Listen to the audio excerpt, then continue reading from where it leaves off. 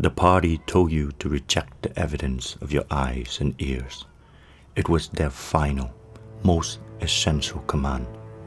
I say in his book titled 1984 by George Orwell.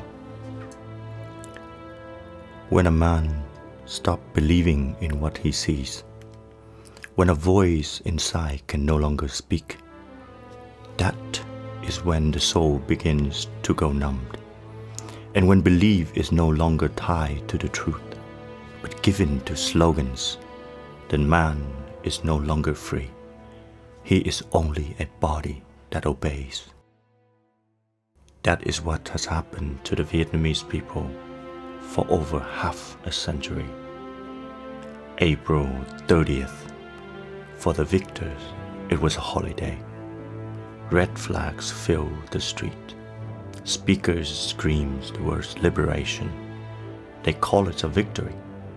They called themselves heroes. Then they ruled. They took. They grew rich on the bones and blood of their own people. But what did they really liberate? Did they free the South from freedom? From decency? From dignity? From a human way of life? They cast out one foreign power only to welcome another. More cruel, more godless, more ruthless. It was not liberation. It was conquest. It was not reunification. It was erasure. It was not independence. It was a new change, heavier than the last. And the ones who lost? The soldiers of the Republic of Vietnam, once recognized by the world, once fighting for a South without communism, were branded traitors, puppets. They were thrown into camps called re-education. But there was no education, only change, only hunger, only humiliation. The people of the South, once living in a country that knew humanities, that had law, schools, and kindness, were pushed into poverty, into silence, into a fear that never ended. They die slowly in the body and in the soul, in a world where truth was buried beneath lies, where words was weapons and fear was king. Even the American soldiers, those who once stood shoulder to shoulder with the South, were betrayed by their own press. They came home in silence, carrying guilt that wasn't theirs, abandoned by a country that no longer knew the difference between true and false. Now, half a century has passed. We are two souls adrift on foreign soils, but our hearts never left our homeland. We write these words not out of hatred, but as an eulogy and as a warning. The war has never been seen for what it was. The truth was buried beneath the words of the victors. Political words built to make lies sound true, to make murder look like justice. April 30th, they call it victory. They call it liberation. But it was a funeral. It was the day a nation was betrayed. It was the day the people were sentenced to live alongside a lie. There are days in history that do not thunder. They shift the world quietly with a nod in a dark room. Men fall not to bullets, but to smiles and handshakes hiding knives. November 2nd, 1963, the day President Ngo Dinh Diem and his brother Councillor Ngo Dinh Nhu was killed. No trial, no judgment, just blood on the floor and silence on the radio. That day, a young republic was decapitated, its futures cut off from within. The South lost its direction. It thrashes like a dragon with no head, drowning in its own blood. Some wounds don't bleed. They open inside the country and stay open for generations. The two men were still leading a nation, still dreaming of a Vietnam that could stand on its own. But from those knife wounds, Vietnam was pushed down the road where light no longer reached the bottom of the dark. We do not write these words for vengeance. We write them like two fish swimming upstream, tracing cracks, not on a map, but in the heart of every Vietnamese who still remembers what freedom feels like. Truth is not a debt. It is the only thing that can build a just society. A society without communisms. Since that fateful day, the South has no longer been a direction.